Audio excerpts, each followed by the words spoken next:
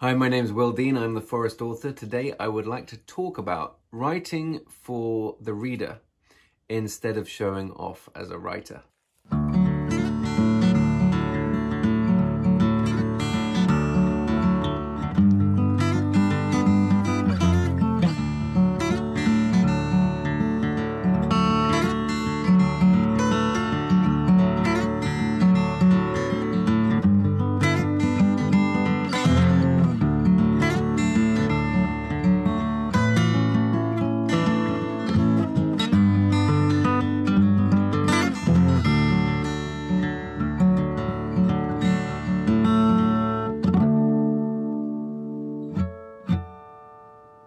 Welcome back. I hope you're well.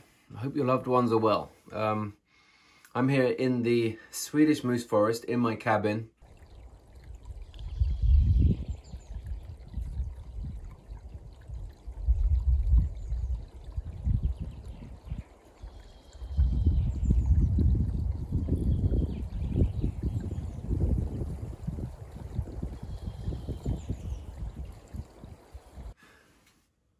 There is my bar / 1990s Philips stereo that I bought on Tottenham Court Road in about 99, I think. Over there is my writing desk with a bunch of books and a manuscript I'm working through. It's a strange time. Again, it's a strange time. So I send you all my very best wishes at this time. But hopefully, again, this can be a few minutes respite from the news where we can talk about books, talk about writing, and just help each other muddle through life, which is kind of what we've got to do. I want to talk about experts and communication. And I noticed this in school. I started to notice this in school when I was about 14, 15. I think I was doing history GCSE. And I had a teacher who was so extraordinarily knowledgeable about his subject that he was comfortable explaining, I think it was like the revolutions and power struggles in Europe, including the unification of Italy and Germany leading up to World War I. That was the period. And he was so good at explaining difficult concepts in very base terms, in very simple language. And I kind of figured that he was so good at that. He was so good at communicating complex ideas because he was so comfortable in his own knowledge. And I remember being impressed with that skill of knowing something inside out so well that you can talk about it with great authority to anyone in a way that they will feel comfortable with and they will understand. And fast forward through, my 20s, 30s, 40s, this is what I respect. It's one thing I respect. And I've seen it recently with epidemiologists and global experts in various different scientific fields. The ones who can be confident in their own huge knowledge in a specialist subject and communicate that clearly and simply to people, to lay people like me, is a wonderful gift. It's a real skill, and it's something I appreciate very much. And I think there are parallels here for writers and for writing and for your process. You've all come across the person, the dude or woman who is working in a particular specialist field, whether it's finance or medicine or IT or whatever, and they speak to you in a flood of acronyms and jargon, right? And I don't know if they expect you to know these really idiosyncratic acronyms or whether they just want you to say, what does that mean though? What is an ABCD3F? And I'm not a big fan of the way these people communicate, because it's not very empathetic to the listener, to the person you're talking to. I can see in the far distance, Bernie is fighting with my kid to take his glove off. He likes gloves. Bernie likes gloves and shoes very much. Sorry, I'm getting off track.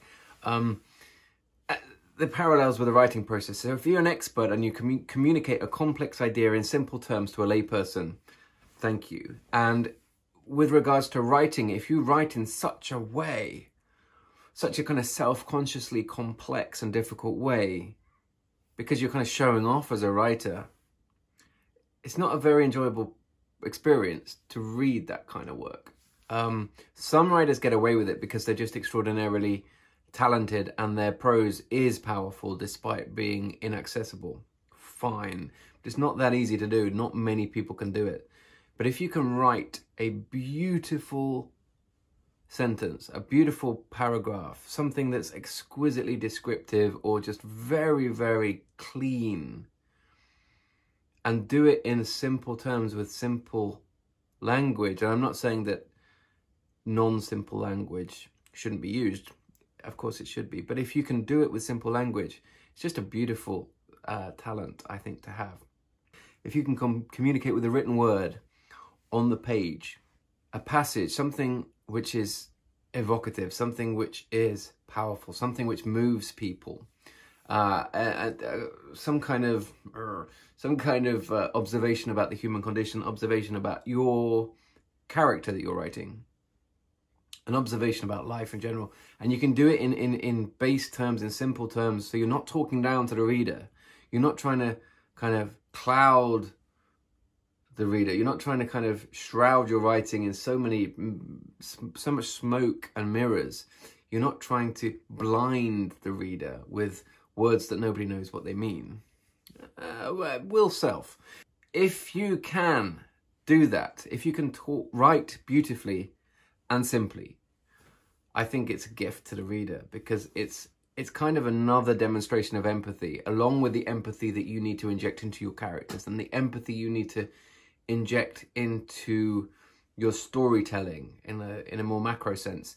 If you can write in an accessible way, if you can write prose which is enjoyable to read, which flows, which has a natural rhythm, which has a kind of a breathing in and a breathing out, then thank you. Then I want to thank you, because I will read your books.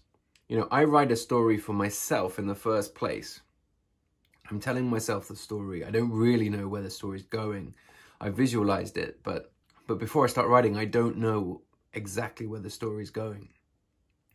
And if I can tell myself that story, but I know in my bones that a reader is going to read it at some point. So I know in my bones that it needs to be enjoyable for a reader.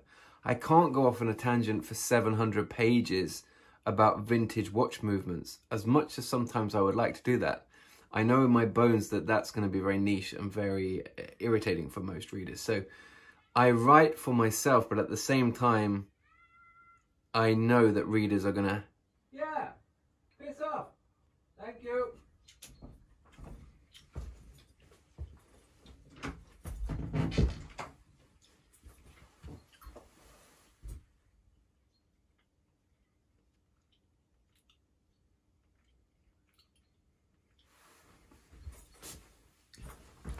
To sum up, if you're a writer, be thoughtful as to what or how the reader will inhale your prose, inhale your story, consume your storytelling. Just be conscious of that. I don't want to go on about this, but I do have a new book out.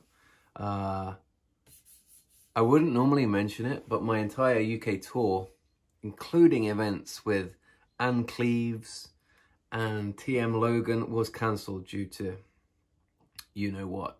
So I'm just going to mention this very briefly. This is my new book. It is called Black River. It is set over midsummer, and it is a very creepy, hopefully atmospheric Tuva Moodysson thriller. Available, I guess, as an audiobook or as an ebook. Or maybe you could ask your local independent bookshop if they're open, if they can do delivery, maybe. I don't know. The world is so strange now. But hopefully an ebook or an audiobook would work for you. This has been Will Dean. in the moose forest in Sweden, living a very isolated life as always, but even more isolated now. But I do wish you all well. I'm thinking of you all, and feel free to reach out to me on Twitter, on Instagram, Facebook, on YouTube, in the comments. Anybody needs a chat or needs to talk about their work in progress and trying to write, or maybe submitting to agents at this time, and if that's a good idea and how that will work, get in touch. I want to help if I can. Thank you very much. Will Dean, forest author. I will see you soon. Bye-bye.